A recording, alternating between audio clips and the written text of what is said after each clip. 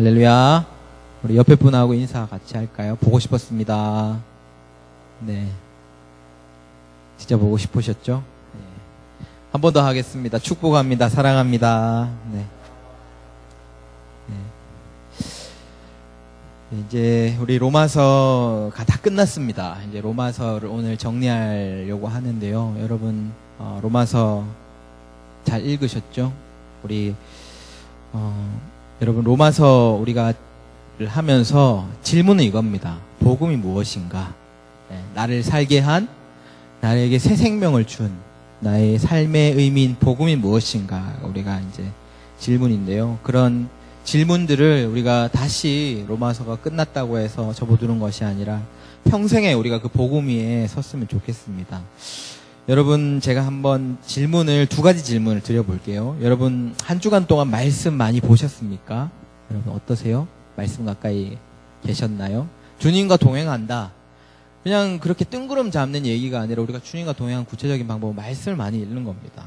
여러분, 많이 보셨습니까? 또 한 가지 더 질문이 있는데 조금 다릅니다.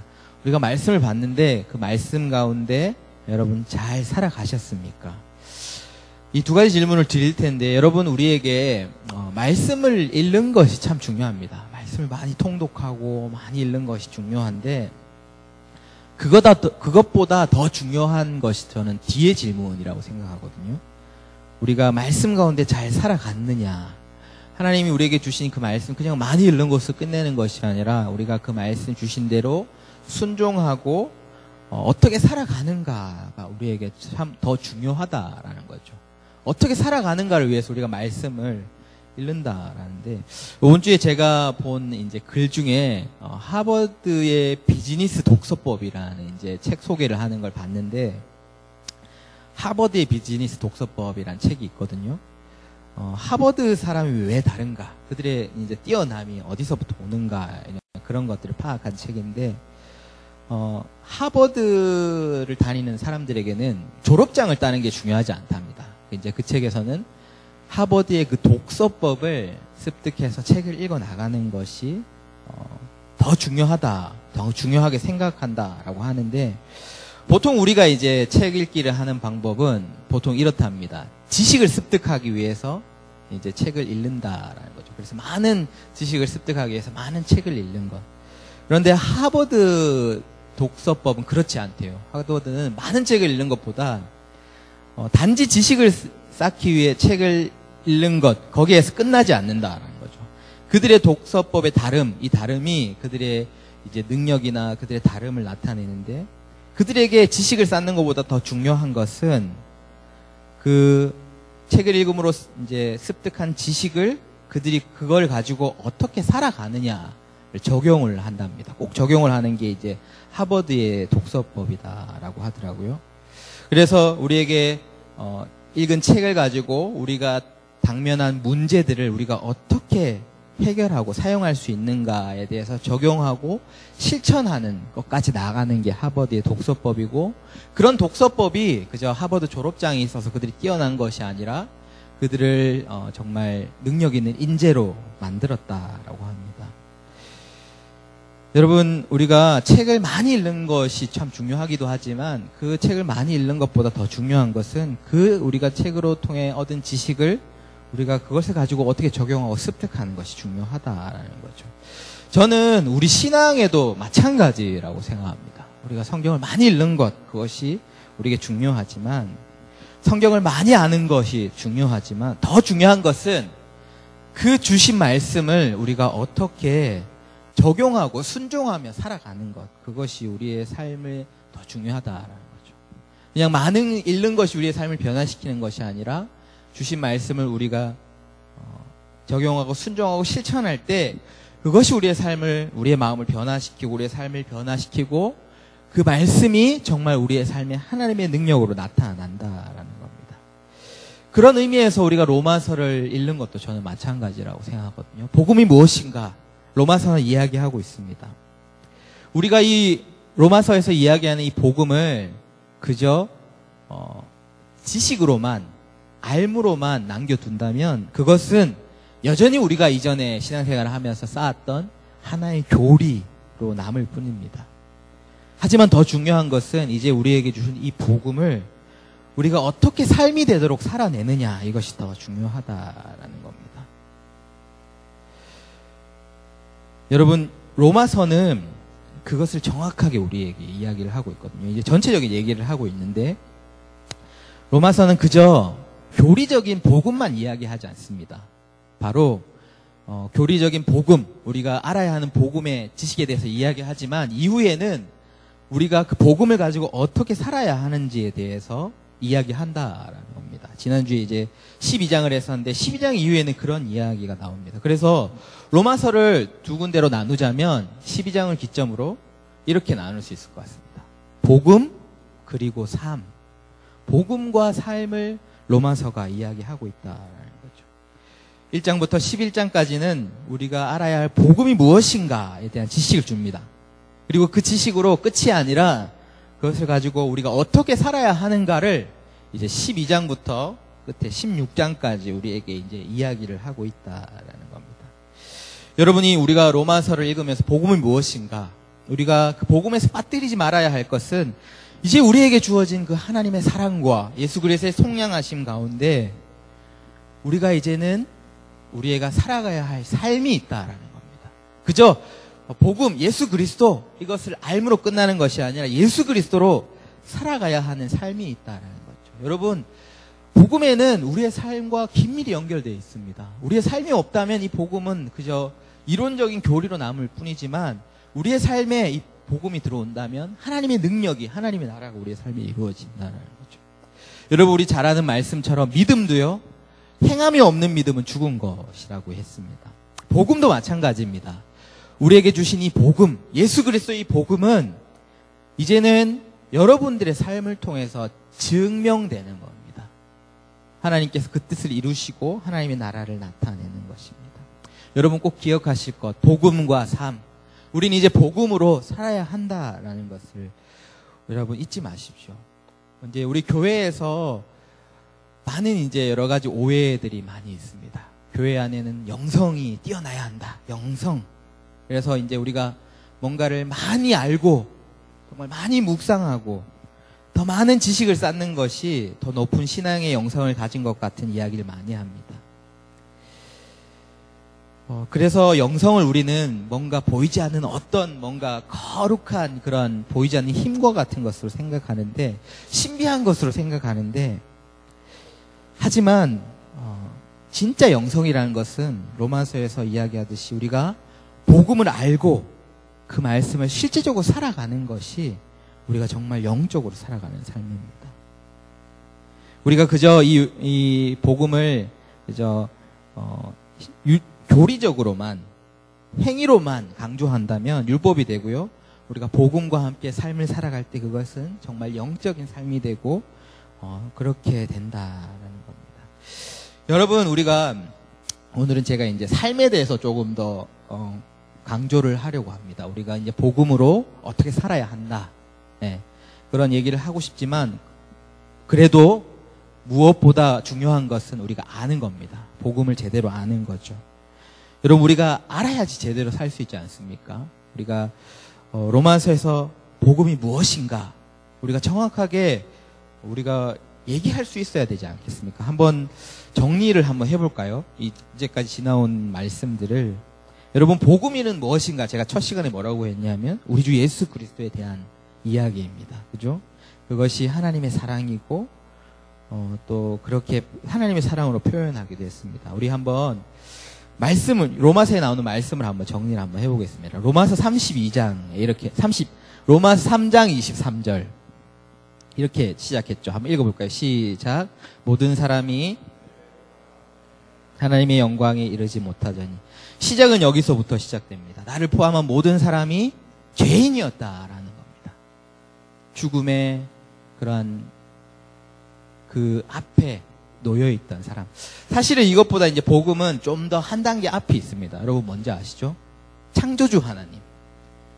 모든 세상의 근원이 하나님이다라는 겁니다. 하나님이 계셨고 하나님이 우리의 주인 되신, 우리를 만드신 주인 되신다라는 게 이제 전제된 거고요. 이제 문제의 시작은 바로 3장 23절이죠. 모든 사람이, 나를 포함한 모든 사람이 죄를 범했다. 하나님 앞에 죄 앞에 실패했다라는 거죠. 그것이 우리의 존재다. 그런데 거기에서 이제 우리가 그러면 죽었나 그것이 아니라 하나님의 긍휼하심, 인자하심이 그분의 사랑이 우리를 죽음에서 우리에게 새로운 길을 여셨다라는 겁니다. 그게 복음이죠. 우리 3장 21절을 우리 같이 읽을까요? 시작. 이제 율법에 하나님의 한 의가 나타났으니 율법과 선지자들에게 증거를 받은 것이라. 율법에 하나님의 한 의가 나타났다라는 겁니다. 새로운 복음의 길이 열렸다라는 거죠. 24절, 우리 24절 같이 읽겠습니다. 3장 24절. 우리 성경책 가지신 분들이 좀 읽어주시겠어요? 성경책 가지신 분들, 자 시작. 그리스도 예수 안에 있는 속량으로 말미암아 하나님의 은혜로 값없이 의롭다 하심을 얻은 자 되었느니라.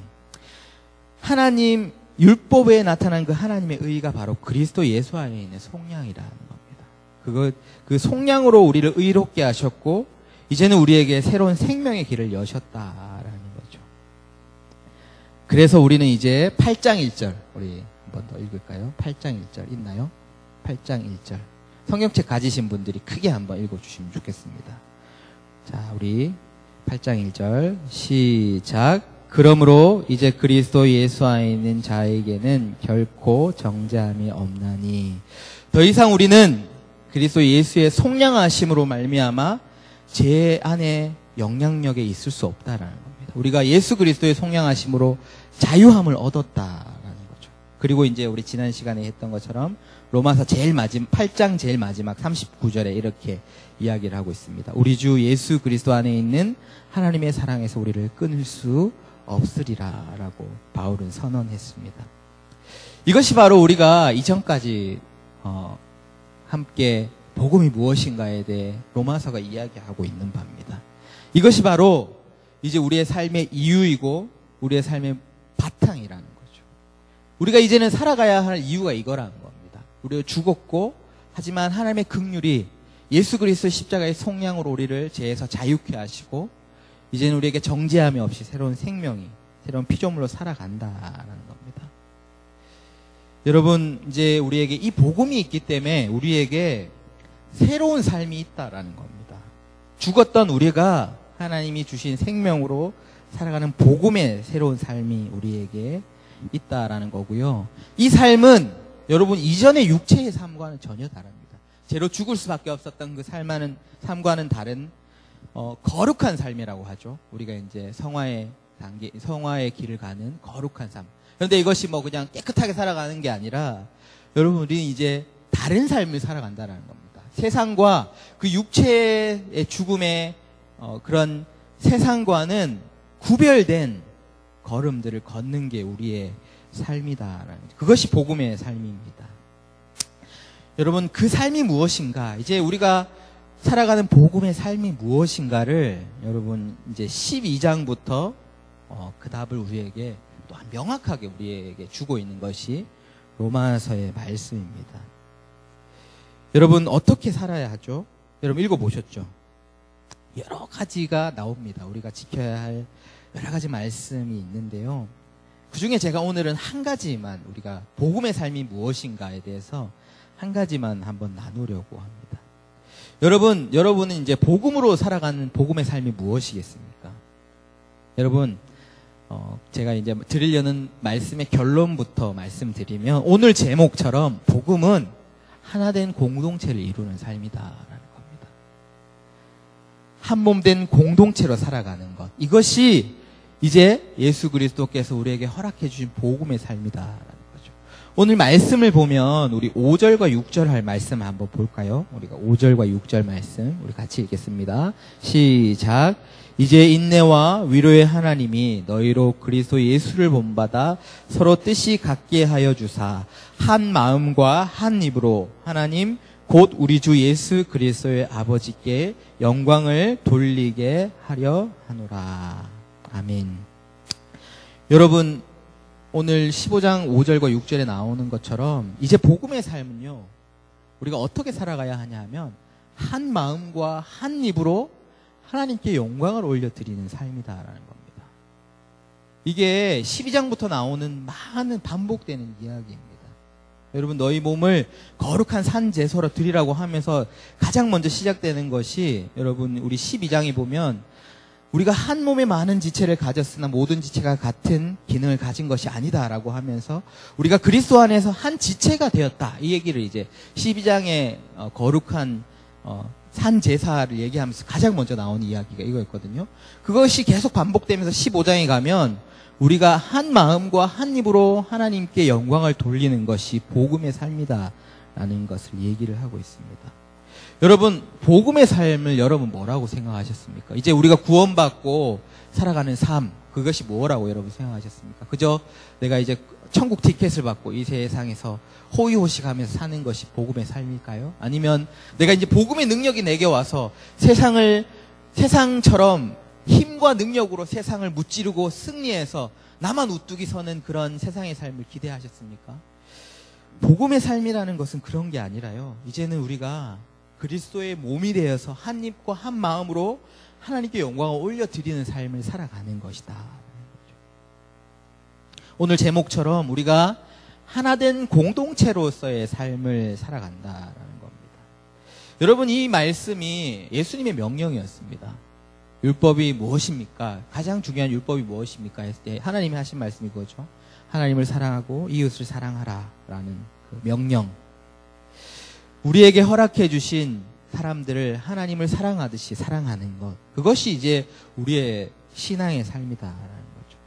여러분, 이웃을 사랑하는 것. 그 첫 번째가 바로 이 공동체 안에, 몸동 공동체 안에 우리가 하나 되어서 하나님께 영광을 올려드린다라는 겁니다.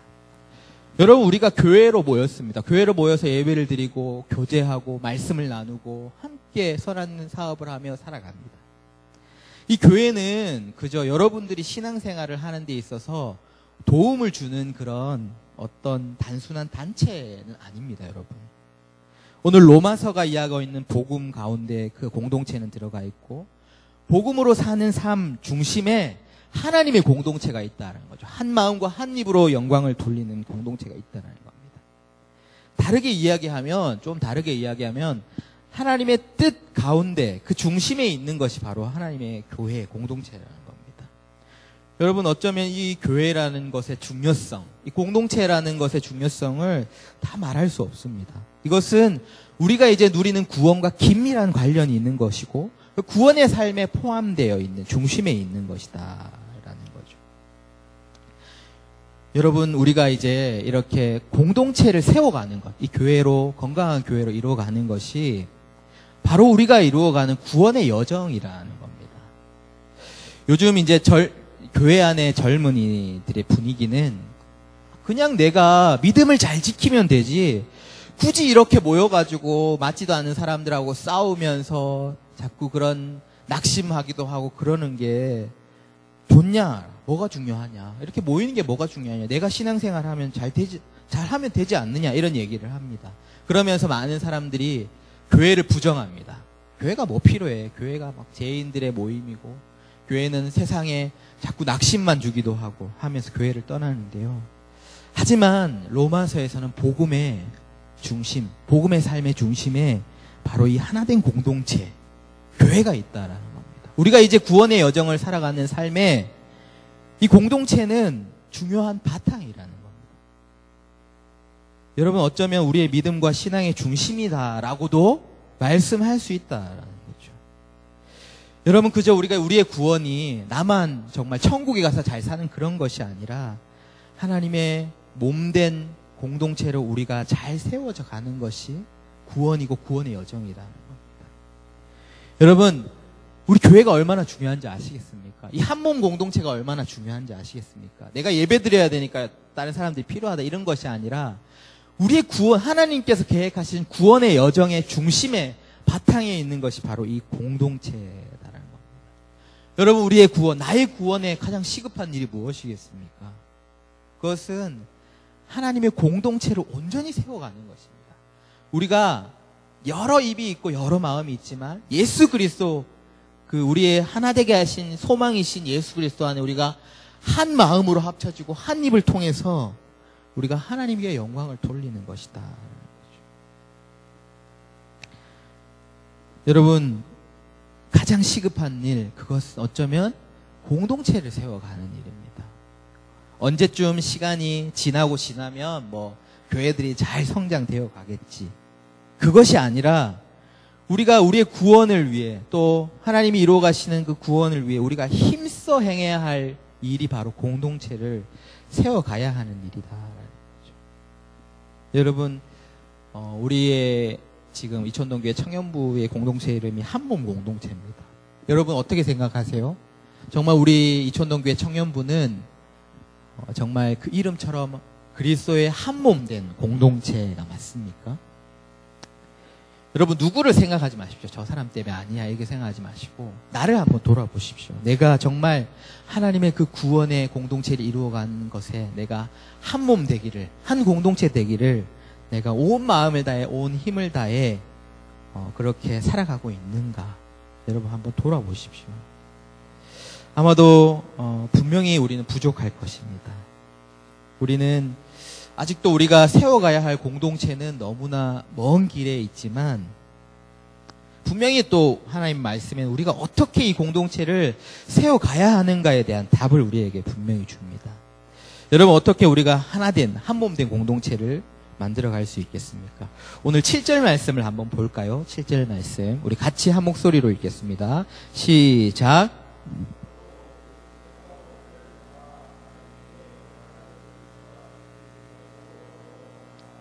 어떻게 우리가 정말 온전한 한몸된 공동체를 세워갈 수 있을까? 뭐 이것이 이제 뭐 이것만이 답이다 이렇게 얘기는 하진 않지만 분명한 원리를, 정답의 원리를 우리에게 제시한다라고 저는 믿습니다. 7절 말씀에 우리에게 우리가 그리스도께서 우리를 받아 하나님께 영광을 돌리심 같이 너희가 서로 받으라라고 했습니다. 공동체가 하나 될 수 있는 것은 여러분 서로 받는 것입니다. 서로 받는 것. 여러분 서로 받는 것이 무엇일까요? 말이 이제 좀 어렵지만 그리스도께서 우리를 받으셨습니다. 그 모습을 생각하면 우리가 서로 받는 것이 무엇인지를 우리가 알 수 있다라는 거죠. 예수님께서 우리를 어떻게 받으셨습니까? 우리는 죄인이었지만 예수님께서 우리를 용납하셨습니다. 우리는 아무것도 아니었지만 우리를 인정하셨습니다. 그리고 우리를 무엇보다 먼저 사랑하셨다라는 거죠. 그것이 예수님께서 우리를 받으신 모습이고 우리가 서로 받으라라는 그런 모습이 아니겠습니까?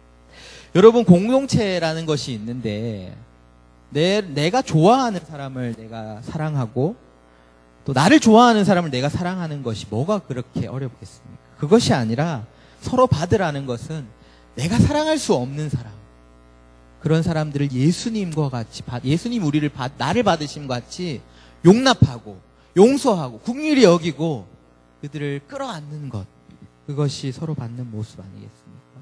예수님이 우리를 끝까지 사랑하신 그 십자가의 모습이 아니겠냐라는 겁니다. 여러분 사실 공동체 안에 서로 받는 것, 용납하는 것 쉬운 일이 아니죠. 먼 얘기도 아닙니다. 우리 공동체도 보면, 우리 한몸 공동체도 보면 이제 뭐 누구를 언급하기 어려우니까 우리 회장과 총무를 봐도 정말 극과 극을 달리는 성향의 사람들입니다. 그죠? 네. 여러분 우리가 어떻게 서로 받을 수 있겠습니까? 1절의 그 원리를 또한 우리에게 말씀해 줍니다. 우리 1절 말씀 우리 한번 읽어볼까요? 시작. 믿음이 강한 우리는 마땅히 믿음이 약한 자의 약점을 담당하고 자기를 기쁘게 하지 아니할 것이라. 아멘. 우리가 어떻게 하면 서로 용납할 수 있을까? 그것은 오늘 말씀에 믿음이 강한 자가 믿음이 약한 자의 약점을 담당하고 그렇게 받으라라는 겁니다. 믿음이 약한 자를 받아들이라는 거죠. 여러분 우리에게는 그런 죄성이 있습니다. 판단하는 죄성이 있거든요. 판단은 하나님께서 하시는 거지만 내가 이제 하나님께서 이런 사람 구해놨더니 하나님과 똑같이 누구를 판단하고 있는 겁니다. 하나님께서 우리에게 말씀을 주십니다. 우리에게 말씀을 주시면 이 말씀은 내게 주시는 말씀이라고 적용하고 해야 하지만 하나님 말씀 주실 때 우리는 자꾸만 다른 사람을 생각합니다. 그리고 그 평가를 그 다른 사람에게 놓는다라는 거죠. 지금도 제가 이 얘기를 할 때 분명히 누가 그렇지 이렇게 우리는 생각하고 있습니다. 이것이 우리의 죄성이거든요. 누구의 이야기를 하는 것이 아니라 모두가 그렇다라는 겁니다. 여러분, 한 몸이라는 것이 여러분 어떤 모습인지 아십니까? 몸이라는 것, 그러니까 뭐 공동체가 아니라 우리의 몸이 어떤 건지 아십니까? 우리의 몸은요, 이렇게 예를 들어 다리가 다쳤어요. 그럼 어떻게 살아가는지 아세요? 목발을 짚고 살아갑니다. 손이 이제 다리가 해야 할 일을 다리가 다 나을 때까지 대신해 주는 겁니다. 근데 우리의 모습은 저 못난 다리 또 저렇게 다쳤네 하면서 이제 배쳐가는 경향이 있지만, 원래 몸은요 그런 게 아니라 이 다리가 다치면 손이 목발을 통해서 그 다리에 해야 될 일을 짊어지고 그 연약함을 받아주는 게 몸의 자연스러운 모습이다. 여러분, 우리가 진정한 공동체가 되기 위해서는 믿음이 연약한 자를 우리가 서로 용납하고 받아야 합니다. 저 사람은 믿음이 연약해 라고 우리가 생각해야 된다라는 거죠. 그렇다고 해서 그 사람의 믿음을 우리가 판단하는 게 아니라, 이 믿음이 연약하다라고 여기는 것은 예수님이 우리를 그렇게 여겨주셨습니다. 바로 예수님의 마음처럼 긍휼히 여기는 마음이라는 거죠. 그 믿음이 뭐 작고 크고 이거를 판단해서 우리가 이렇게 대하라는 게 아니라, 하나님께서 우리의 연약함을 받아주신 것과 같이 우리의 시각이 그들을 향해 긍휼의 시선을 바라보라라는 겁니다. 때로는 그들이 연약해 보이기도 하고 나의 어떤 의견과 맞지 않고 또 잘못된 길로 향할 수 있지만, 우리는 믿음이 강한 자가 믿음이 약한 자를 받아주듯이 우리가 그들을 긍휼히 여기고 서로 받으라. 정죄가 아닌 긍휼의 마음으로 살아가라라는 것이 오늘 로마서에서 이야기하는 한 몸 된 공동체의 모습이다라는 겁니다. 여러분, 분명히 우리의 공동체 안에 부족하고 연약한 사람들이 있을 수 있습니다. 나와 맞지 않는 사람들이 있을 수도 있고, 신앙이 정말 내가 생각하기에 답답한 사람들도 있을 수 있다라는 거죠. 하지만 여러분, 그럴지라도 주님이 우리를 받아주신 것과 같이, 긍휼히 여겨주신 것과 같이, 우리를 용납하여 주셔서 우리를 구원해 주신 것과 같이 우리가 그들을 이해하고 안아주라. 정말 우리가 용납할 수 없는, 정말 돌이킬 수 없는 그런 죄가 아니라면 그 사람의 믿음이 아직 우리와 같지 않고 연약하기 때문에 라고 우리는 생각해야 한다. 여러분, 믿음이 연약한 자를 우리가 돌아보고 있습니까? 우리 한 몸 된 공동체는 다리가 다친 그 다리를 손이 목발을 짚고 담당하고 있냐라는 거죠. 저 사람 뭐 큐티도 안 하고 큐티 책도 어디인지 모르고 이렇게 판단하는 것이 아니라, 저 사람 뭐 기도도 안 하고 뭐 중보기도 내라 그래도 딴소리만 하고, 어떤 사람이 기도하지 못한다면 기도 잘하는 내가, 정말 기도의 용사인 내가 여러분 대신 중보해 주실 수 없습니까? 그 사람의 목까지 하나님 앞에 마음을 다해서 기도해 줄 수 없겠습니까? 저 사람 맨날 예배 시간 늦네, 뭐 어떤 애 저떤 애, 이렇게 그 사람을 판단하고 정죄하고 하는 것이 아니라, 뭐 그 사람들에게 전날에 한 번 더 전화해 주고 관심을 가지고 함께 해주고 선한 말로 권하고 도움을 줄 수 없겠습니까? 다리가 다쳤을 때 몸이 목발을 찧어서 그 다리의 역할을 해주는 것과 같이, 그리스도의 한 몸 공동체가 되기 위해서는 서로의 연약한 부분을 함께 감당해야 하는 것이 한 몸 공동체의 모습입니다. 여러분, 또 공동체가 하나 되는 방법은 이제 더 중요한 원리가 이제 또 말씀에 나오는데요. 바로 우리가 항상 잊지 말아야 할 이제 원리입니다. 7절에 똑같이 나오는데, 그리스도께서 우리를 받아 하나님께 영광을 돌리심 같이 너희도 서로 받으라 라고 하셨고, 우리 3절 말씀을 한번 보겠습니다. 3절 말씀 있나요? 우리 한번 보겠습니다. 시작.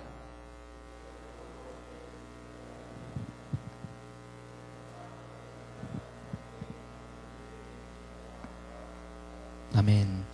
여러분, 우리가 공동체가 하나 되기 위한 원리가 여기에 나와 있는데요. 그리스도께서 자기를 기쁘게 하지 아니하셨다라고 했습니다. 그리고 1절에 보면 약한 자의 약점을 담당하고 자기를 기쁘게 하지 아니할 것이라 라고 우리에게 이야기를 해주고 있습니다. 여러분, 공동체의 어려움, 공동체 깨지는 이유가 뭐냐 하면 모두가 자기 중심으로 살아가고 그런 자기 중심된 모습으로 이 공동체 안에 들어오기 때문입니다. 모두가 가진 모습, 그죠? 어쩌면 이것이 인간의 자연스러운 모습일 수 있을 것 같습니다. 자기의 중심된, 내가 중심되어야 하고 나의 마음, 나의 생각 이런 것이 중심되어야 하지만 이것이 인간의 자연스러운 모습일 수도 있지만 저는 이것이 인간의 재성 가운데 나오는 모습이다라고 생각합니다.